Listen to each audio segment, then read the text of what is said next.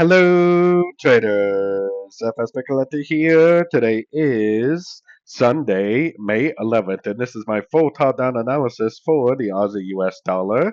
If you haven't done so yet, definitely do check out my free Discord channel, which is linked down here in the corner at the end of the video. And make sure to take a look at my website, fxpipcollector.com. Watch the video on my home screen to learn more.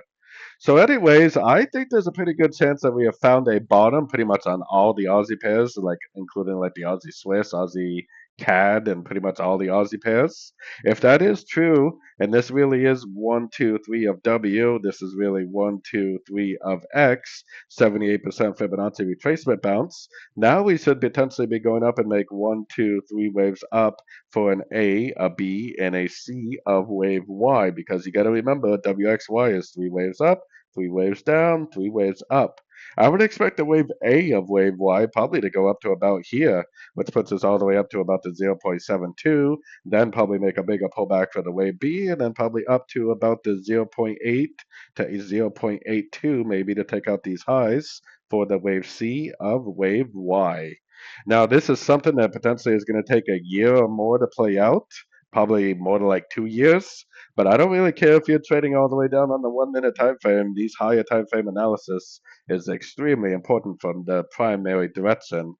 Going down to the weekly time frame is where you can see we got a break of structure.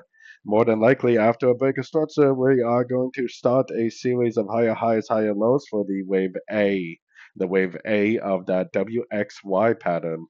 So going down to the daily time frame.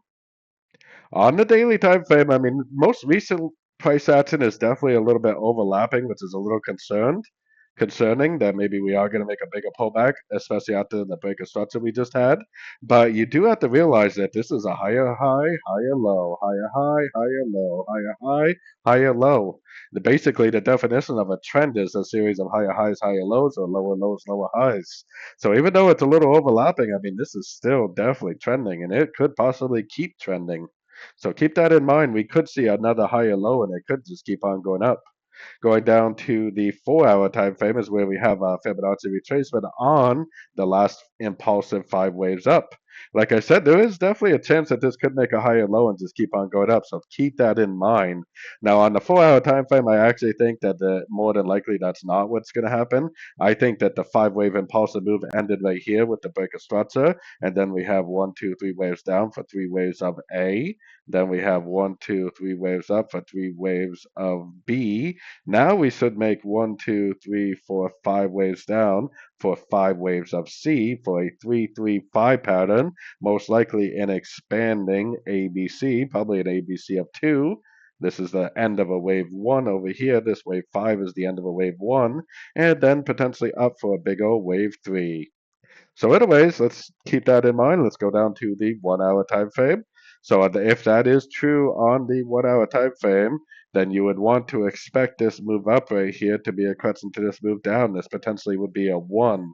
This potentially is now in a wave 2.